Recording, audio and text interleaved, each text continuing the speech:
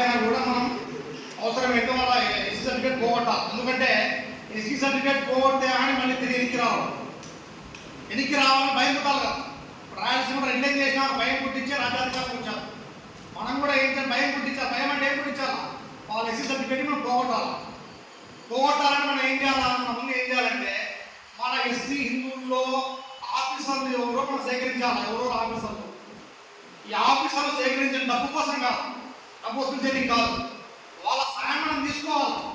Police వాళ్ళు, revenue department మేము న్యాయ డిపార్ట్మెంట్ మేము వాళ్ళని తీసుకొని మనం ఏం చేయాలంటే మేమేమన్నా పోరాడుతుంటే మా మీద ఏమన్నా దాడులు చేసినా, మాకేమన్నా బెదిరింపులు వచ్చినా దానిపైన కేసులు పెట్టి మీ సహకారం ఇవ్వండి, మీరు నాకు సాయం చేయడానికి పోలీసు వారిని, అట్లే న్యాయ వ్యవస్థ వారిని, రెవెన్యూ డిపార్ట్మెంట్ వారిని, ప్రతి ఒక్క డిపార్ట్మెంట్, ఇంజనీరింగ్, మెడిసిన్ అందరినీ సహకారం మనం కోరాలి. అందుకు మనం ఏం చేయాలంటే ప్రతి ఒక్కరూ మనం హిందూ ఎస్సీలు ఎవరు చెప్పి మనం సేకరణ చేయాలి.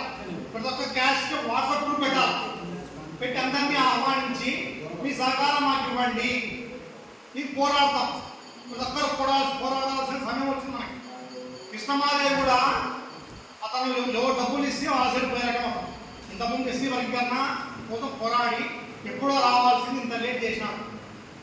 దానికి కూడా అంత కారణాలు చాలా మంది కృష్ణమాదేవి గారితో నడిచి ఎదిగి వచ్చిన వాళ్ళు నిజాయితీ రైతుంది అని చెప్పేసి.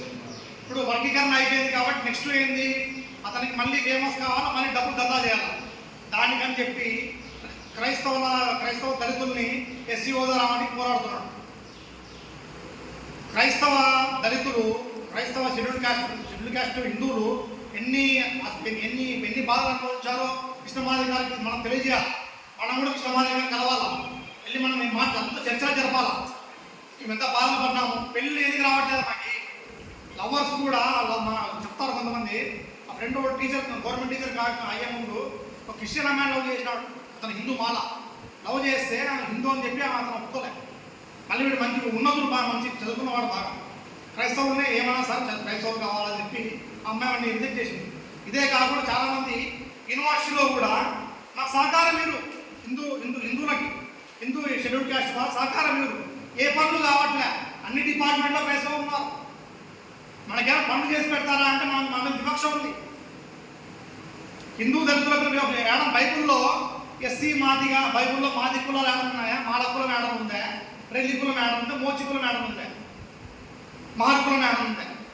కులాలు లేకుండా క్రైస్తవుల కులాలు ఎట్లా వస్తాయని చెప్పి మీరు వాదించాలి. బైబుల్లో ఏడం మాదిగా ఉందా? యేసుప్రభు యూదుడు, పెద్ద కులం, బ్రాహ్మణులాగా పెద్ద కులం యూదులు. యేసుప్రభు ఏడం బైబుల్లో నీకు చెప్పే బోధనలు యూదులకు మాత్రమే, పంతులకి కుక్కలకి అంటాడు బైబుల్ మీరు చాలా చదివి అందరూ లోపాలని సేకరించాలా. సేకరించి మనం వాదన ఎప్పుడైనా సరే డిబేట్కి రమ్మంటారు మనల్ని. రేపు పొద్దున మీడియా వాళ్ళు డిబేట్కి రావాలన్నా హిందూ విషయాలు తెలుసుకుంటే లాభం లే, క్రైస్తవ విషయాలు కూడా మాట్లాడాలా, బైబుల్ చదవాలి. ఎందుకంటే మన గ్రంథాలతో పాటు బైబుల్ కూడా చదవాలి. చదివి ఎందుకు లోపాలు ఏమున్నాయి ఆ డిబేట్లో మనం పాల్గొనాలా. ఈ బైబుల్లో గోత్రాలు ఉన్నాయంటారు, యూదా గోత్రం వేసుకుంటుంది అంటారు, మాది కులం ఏడుంది, మాల కులం ఏడుంది బైబుల్లో.